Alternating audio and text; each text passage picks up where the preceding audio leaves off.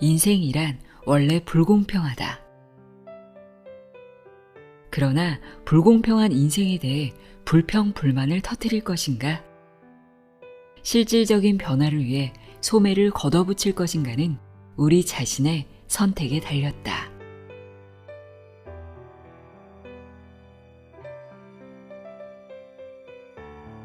안녕하세요. 나의 소리책갈피 소리내어 읽다입니다. 오늘 소개해드릴 책은 돈과 운을 끌어당기는 좋은 심리 습관입니다.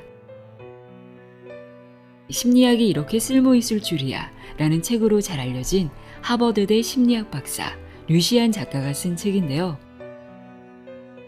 나를 변화시켜 행운을 부르는 9가지 심리 습관에 대해 이야기하고 있습니다. 저자는 행운을 불러오는 마음가짐에 좀 더 정확한 좌표를 찍고 싶다는 생각에서 이 책을 썼다고 합니다. 이 책을 통해 어떻게 하면 더 많은 행운 기회를 불러올 수 있는지, 또 어떻게 하면 그런 환경을 만들 수 있는지 알 수 있는데요. 저자는 운이 좋은 사람을 이렇게 정의합니다. 삶의 거의 모든 우연과 예기치 않은 기회를 자신에게 제대로 활용한다. 그들은 남보다 손쉽게 더 많은 이익과 기회와 귀인의 도움을 얻어 모든 문제를 전화위복의 기회로 삼을 수 있을 것처럼 보이며 실제로 작은 노력으로 뜻밖의 행운이나 의외의 수확을 얻기도 한다.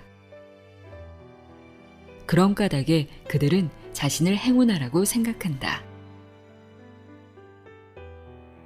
저자가 정의한 운 좋은 사람은 자신에게 벌어지는 모든 일들을 기회로 본다는 건데요. 저는 이 말에 크게 공감했습니다. 이미 벌어진 어떤 일에 대해 긍정적으로 받아들일지 부정적으로 받아들일지 또 어떻게 대응할지는 어떤 사고방식을 가지고 있느냐에 따라 다 다르잖아요. 어떤 이에게는 좌절과 실패로 받아들일 만한 일이 다른 이에게는 기회가 되기도 합니다. 그가 말하고 싶었던 것은 결국 긍정적인 사고방식이 운을 끌어당긴다는 거겠죠. 이 책에서는 행운과 가장 관련이 높은 심리적 요소로 3가지를 말합니다. 첫째, 자기 효능감. 둘째, 긍정적인 태도. 셋째, 생각 전환 능력. 또 전반적인 삶의 만족도와 가장 관련이 높은 심리적 요소로 3가지를 꼽습니다. 첫째, 자기 효능감. 둘째, 인생에 보람이 있다는 느낌. 셋째, 마음의 편안함. 공통된 요소가 하나 있죠. 행운과 만족도에서 모두 첫 번째로 꼽히는 자기 효능감인데요. 자기 효능감이 높으면 이미 운 좋은 사람이라고 봐도 될 것 같습니다. 자기 효능감은 어떤 일을 성공적으로 수행할 수 있다고 믿는 자신의 능력에 대한 믿음인데요. 그렇다면 이 자기 효능감을 어떻게 높일 수 있을까요? 돈과 운을 끌어당기는 좋은 심리 습관을 통해 알아보도록 하겠습니다. 여러분도 자기 효능감을 높여 운 좋은 사람으로 거듭나시기 바랍니다. 귀 기울여 들어보세요.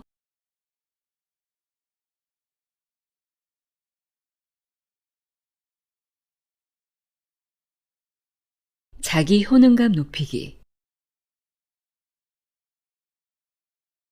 자신이 곧 행운의 시작임을 믿어라. 포기하지 않고 끝까지 정진하는 사람에게는 확실히 행운이 따를까? 리처드 와이즈먼이 이런 실험을 한 적이 있다. 스스로 운이 좋다고 생각하는 사람들과 운이 나쁘다고 생각하는 사람들을 한 사람씩 실험실로 불러 그들에게 기하학적인 모양의 퍼즐을 나눠준 것이다. 그런 다음 그는 해당 퍼즐에 쉬운 버전과 어려운 버전이 있는데 그중 하나를 받을 것이라고 설명하며 눈으로 봤을 때 자신이 받은 퍼즐이 쉬운 버전인 것 같은지 어려운 버전인 것 같은지를 물었다. 그런데 사실 사람들에게 주어진 퍼즐은 모두 같았다. 애초에 두 가지 버전 따윈 없었던 것이다. 그러나 스스로 운이 나쁘다고 생각하는 사람들 중 60%가 어려운 버전을 받은 것 같다고 답한 반면 운이 좋다고 생각하는 사람 70%가 쉬운 버전을 받은 것 같다고 답했다. 와이즈먼은 이런 결론을 내렸다. 도전에 직면했을 때 스스로 불운하다고 여기는 사람들은 대부분 시작도 전에 미리 포기를 한다. 이뿐만 아니라 와이즈먼은 두 그룹의 사람들에게 각각 3D 블럭 퍼즐을 맞춰보라고 했다. 이번에는 퍼즐의 난이도에 대해 언급하지 않았다. 실은 거의 맞출 수 없는 수준이었다. 그렇게 피실험자들은 퍼즐을 맞추기 시작했고 스스로 불운하다고 여기는 사람들은 20분이 채 되지 않아 포기를 선언했다. 그러나 스스로 운이 좋다고 생각하는 사람들은 퍼즐을 맞추기 위해 대부분 30분 이상을 골몰했고 조금 더 시간을 달라고 요구하는 사람도 적지 않았다. 그들은 자신이 퍼즐을 맞추지 못할 리 없다고 생각한 것이다. 이렇듯 포기하지 않고 끝까지 정진하는 자세는 운이 좋은 사람이 가진 특징 중 하나가 분명하다. 많은 사람이 포기를 선언할 때 그들은 끈기로 난관을 뚫고 나아가 행운의 기회가 찾아올 때까지 노력을 멈추지 않는다. 그러나 포기하지 않고 끝까지 정진하기란 말처럼 그리 쉽지 않다. 오죽하면 어른들이 이 악물고 견뎌라, 고생 끝에 낙이 오는 법이다 라고 하겠는가. 성공에는 초인적인 인내와 굳건한 의지, 한 가지 일을 끝까지 밀고 나가면 언젠가는 목적을 달성할 수 있다는 뜻의 우공이산의 뚝심이 필수인 양 말이다. 그런데 여기서 한 가지 의문이 든다. 열심히 참고 일하는 것만이 성공의 열쇠라면 성공한 사람이 더 많아야 하지 않을까? 우리 주변에만 해도 평생을 소처럼 묵묵히 일에 몰두하는 사람이 얼마나 많은가? 각자의 자리에서 우직하게 최선을 다하고도 행운의 문을 두드리지 못한 사람이 얼마나 많은가 말이다. 그렇다면 끈기와 행운 사이에 플러스 알파의 무언가가 있는 게 아닐까? 인내심의 한계에 부딪혔을 때 자신의 줏대 없음을 탓하지 않고 다시 의지를 다져 실패에 맞설 수 있게 해주는 결정적 요소는 무엇일까? 나는 20세기 가장 영향력 있는 사회심리학자로 손꼽히는 엘버트 반두라의 심리학 문헌에서 그 실마리를 찾았다. 1960년대에 반두라는 공포증 환자에 관해 연구했다. 행동심리학이 대세였던 당시 반복적인 훈련을 통해 누구든 공포를 이겨낼 수 있다는 것이 정설이었지만 반두라는 공포를 이겨내는 결정적 요소가 환자의 신념에 달려있다는 사실을 발견했다. 행동심리학의 기존 이론을 뒤엎는 개념인 만큼 그는 은밀히 연구를 진행했고 그 결과 1970년대에 자기 효능감이라 명명한 자신의 이론을 발표했다. 반두라의 정의에 따르면 자기 효능감은 자신에게 어떤 일을 성공적으로 수행할 수 있다고 믿는 자신의 능력에 대한 믿음을 뜻한다. 다음의 예시를 살펴보자. 내가 어려움 앞에서도 냉정할 수 있는 이유는 나의 문제 처리 능력을 믿기 때문이다. 어떤 문제가 생겨도 난 늘 대처 방법을 생각해낸다. 필요한 노력을 기울이면 나는 어떤 난제도 해결할 수 있다. 자기 효능감이 높은 사람이라면 위의 말에 공감했을 것이다. 그럼 이번엔 이렇게 비교해보자. 자기 효능감이 높은 사람은 문제를 극복해낼 수 있는 도전으로 여기고 일할 때는 진심을 다해 몰두한다. 좌절의 상실감을 비교적 빨리 털어내고 자신의 삶과 취미에 열정이 가득하다. 자기 효능감이 낮은 사람은 되도록 도전을 피하려고 하고 어려운 일은 자신의 능력 밖이라고 생각한다. 실패한 경험을 자주 곱씹고 자신의 능력에 대한 믿음을 쉽게 잃어버린다. 자기 효능감은 자신감과는 다르다. 능력 없는 자신감은 자아도취에 불과하기 때문이다. 물론 단순한 끈기와도 차이가 있다. 자기 효능감은 소위 엉덩이 힘이 아니라 문제를 해결하고 상황에 대처하는 유연한 사고력과 연관이 있기 때문이다. 요컨대 자기 효능감이 높은 사람이 노력을 지속할 수 있는 이유는 나에겐 능력이 있으며 그렇기에 반드시 목표에 도달할 수 있다라는 자신에 대한 믿음이 있어서다. 자기 효능감은 현재 긍정 심리학에서 가장 인기 있는 연구 주제로 그 효과를 입증한 연구만도 셀 수 없을 만큼 많다. 특히 교육, 직장생활, 자기관리, 운동, 건강 분야와 뚜렷한 연관이 있는 것으로 드러났다.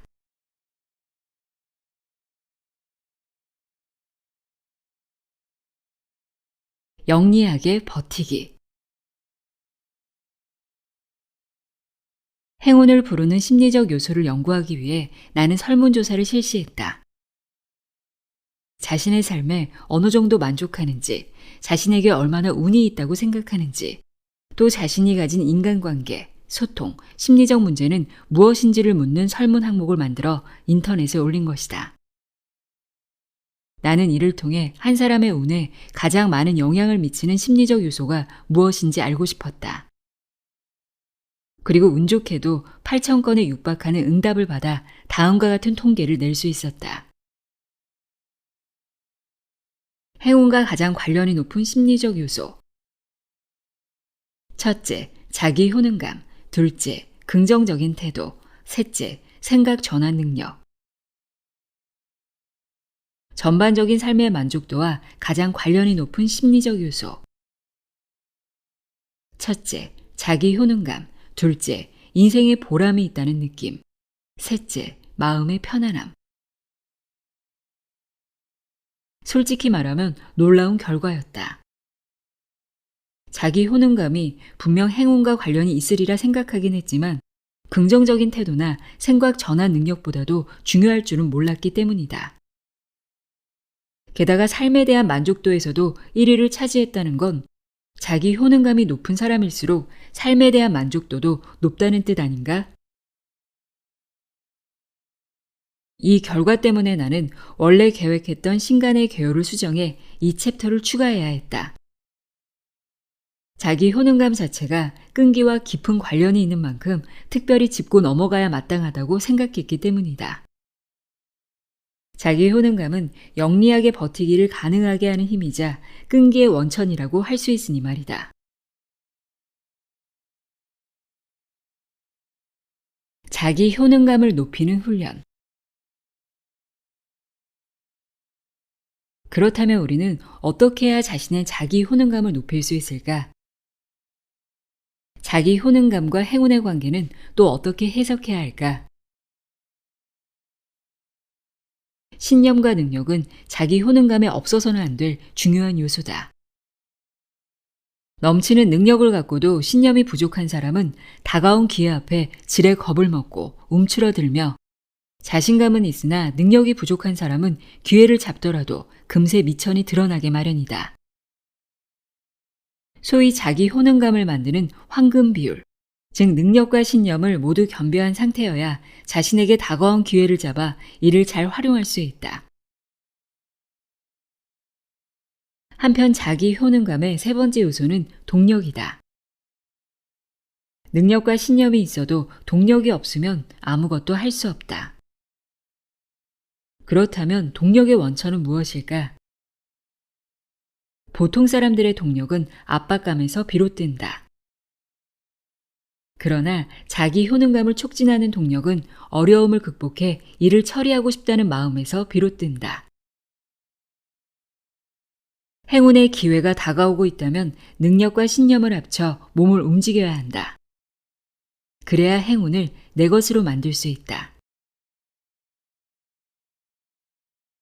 이상적인 환경에서라면 이 세 가지 요소가 서로 상부상조하며 선순환을 만들어낼 것이다. 자신의 동력으로 능력을 쌓고 이로써 신념을 얻으면 다시 큰 동력이 생길 테니 말이다. 그러나 우리 인생은 그렇게 이상적이지 않다. 성장 과정 중에 겪는 실패와 좌절, 타인의 비방, 불운의 경험들은 우리의 신념을 갉아먹고 삶의 무게는 우리의 열정을 앗아간다. 겁이 늘고 늘어난 것만큼 능력도 따라 위축되며 악순환을 만들어내는 것이다. 그렇다면 이럴 때는 어떻게 해야 할까? 자기 효능감을 되찾아 다시금 행운 사냥에 나설 방법은 없을까? 물론 있다. 그럼 자기 효능감을 갖기 위한 세 가지 기본 요소를 하나씩 살펴보자.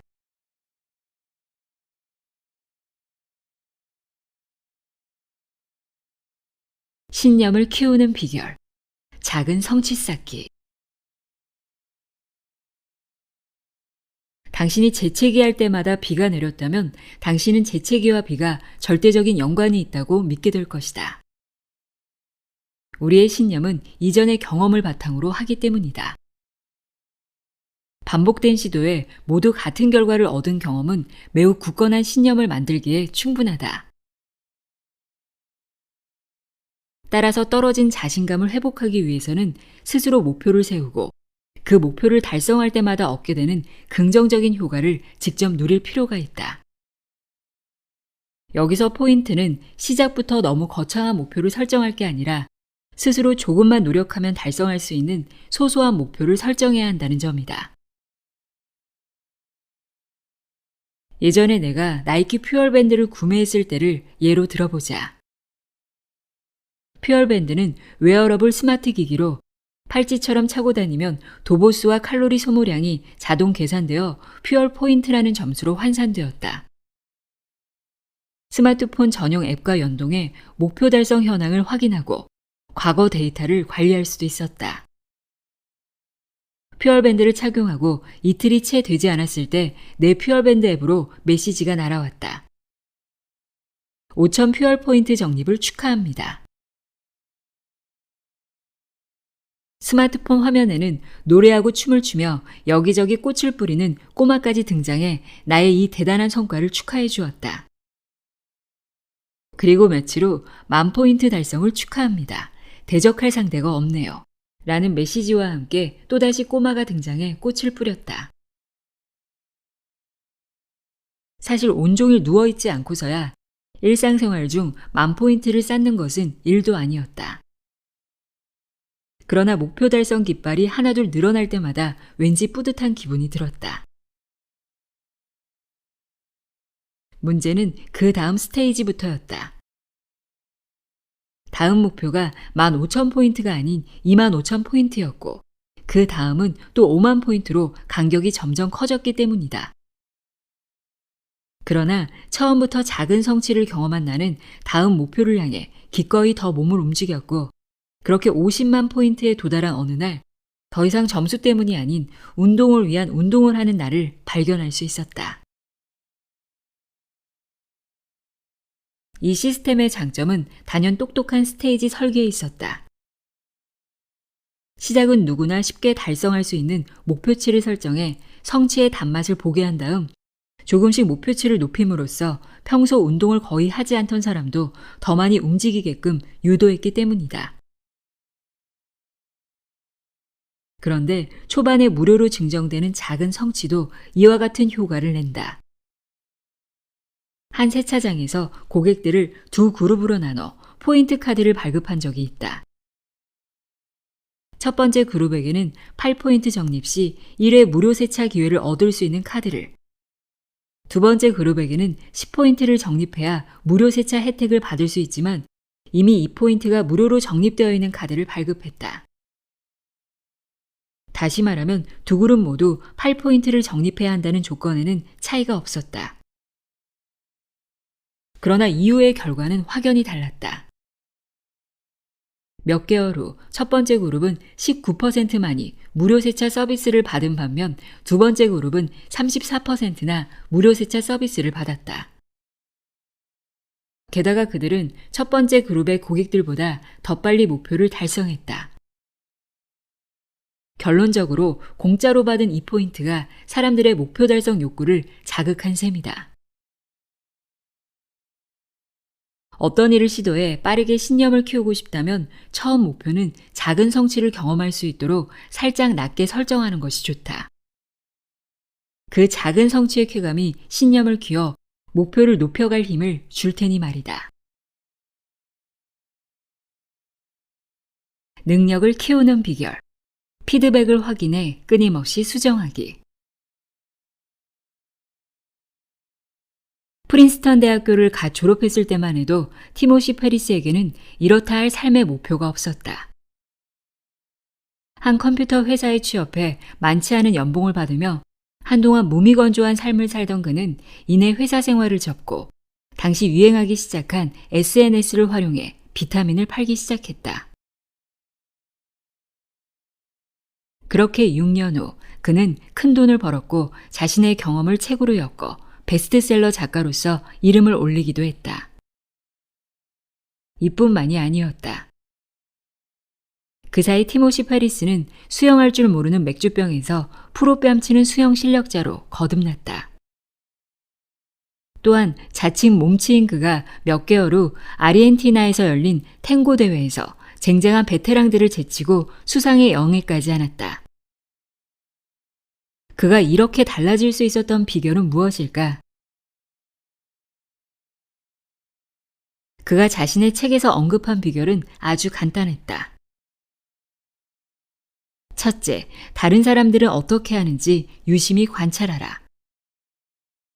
둘째, 일은 작은 단위나 단계로 쪼개라. 셋째, 중요도에 따라 단계를 재설정하라.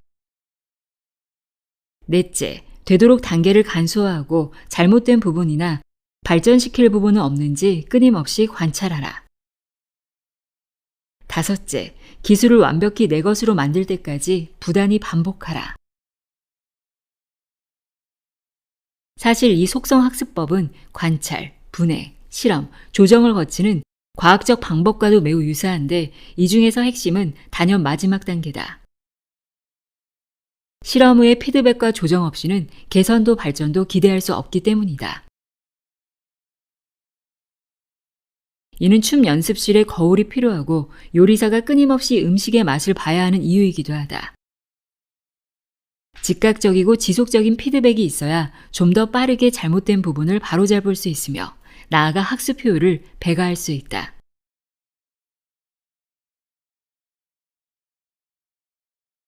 이를 소단위로 쪼개 반복적으로 연습하기. 바이오 피드백은 현재 뇌신경 연구 분야에서 가장 각광받는 행동 치료 기법이다.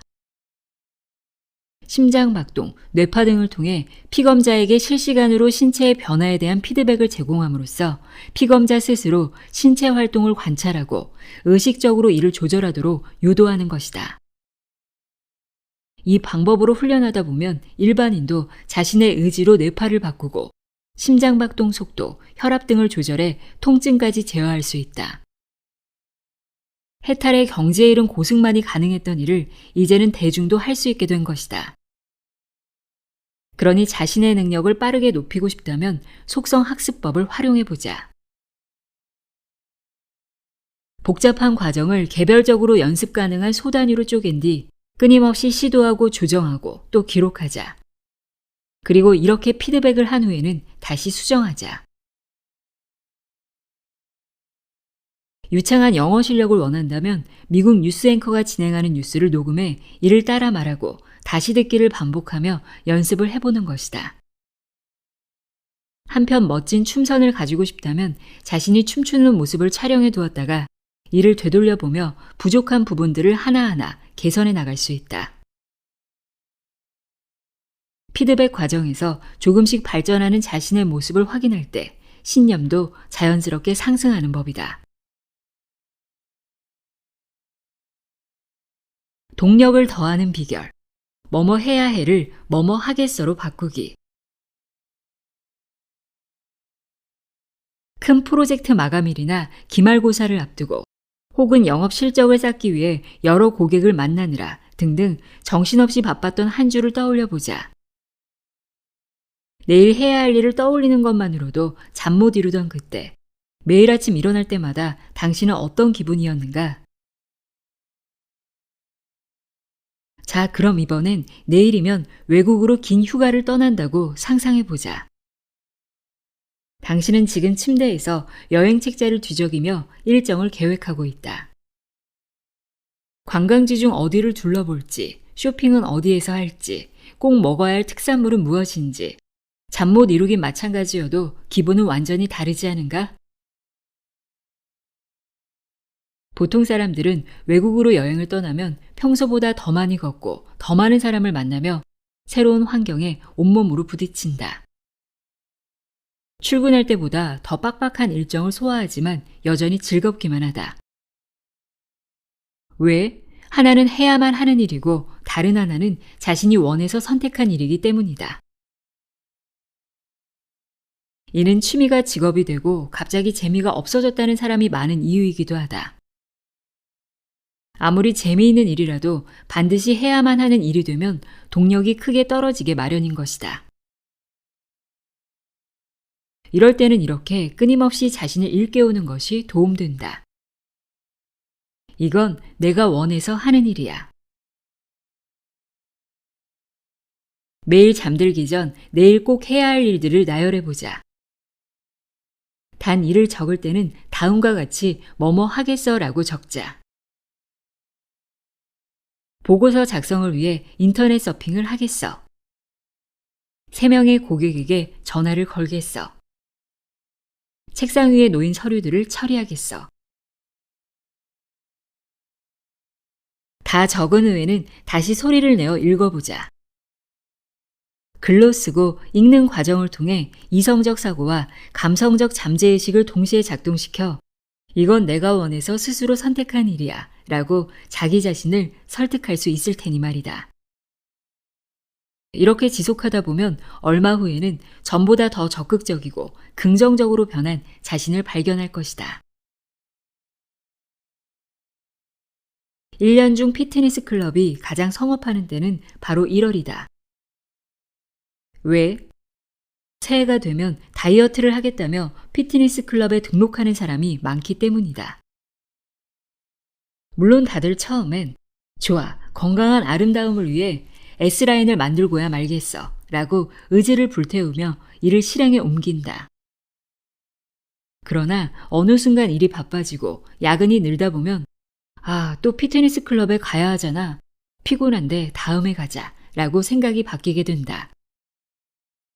문제는 이렇게 한 번, 두 번 하고야 말겠다는 다짐이 해야만 하는 일로 변질될수록 몸을 움직이고 싶은 생각은 더욱 멀리 달아난다는 사실이다. 스트레스를 멀리하기 위해 스스로 핑계를 찾는 것이 인간의 본성이기 때문이다. 그런 까닭에 3, 4월이 되면 사람들로 붐비던 피트니스 클럽이 다시 한산해지는 것이다. 어떤 이들은 이러한 현상을 보며 굳이 목표에 집착하며 살 필요가 없다고 말하지만 나는 이 말이 절반은 맞고 절반은 틀리다고 생각한다. 여기서 중요한 점은 목표가 우리의 삶을 주도하도록 두어서는 안 된다는 사실이다. 자신의 삶은 자신이 주도해야 한다. 매일의 선택이 자신의 목표에 다가가는 길이 되도록 말이다.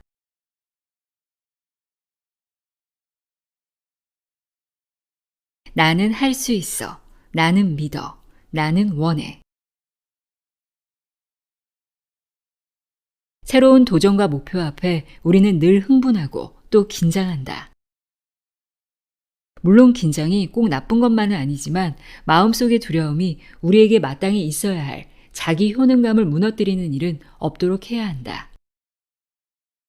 자기 효능감의 효과는 매우 강력하다. 그러나 사람마다 상황별로 필요한 자기 효능감은 다 다르다. 자기 효능감 중 능력을 보강해야 할 때도 있고 자신감을 충전해야 할 때도 있으며 스스로를 응원해야 할 때도 있다. 이 세 가지 요소가 상황에 맞게 적절한 균형을 이뤘을 때 비로소 능력과 신념, 동력이 서로를 보완하는 선순환을 이룬다. 그리고 이렇게 자기 효능감이 높아질 때 행운을 낚는 그물이 펼쳐진다. 이때 기회를 만나면 이를 쟁취하기 위해 적극적으로 움직이고 도전의 직면에도 이를 극복해낼 수 있으며 좌절 앞에서도 은근과 끈기를 발휘할 수 있다. 티모시 페리시의 첫 번째 저서는 25번이나 퇴짜를 맞은 후에야 비로소 세상의 빛을 볼 수 있었다고 한다. 출판 계약을 맺은 후 티모시 페리스는 물었다. 궁금해서 그러는데 왜 제 책을 출판하기로 결정한 겁니까? 이에 출판사 측이 답했다. 솔직히 당신의 책에 대한 확신은 없습니다. 하지만 당신이라는 사람에게 베팅해보고 싶다는 생각이 들더군요. 25번이나 퇴짜를 맞고도 계속 출판사의 문을 두드리는 작가라면 분명 작품의 성공을 위해 모든 노력을 쏟아부을 테니까요.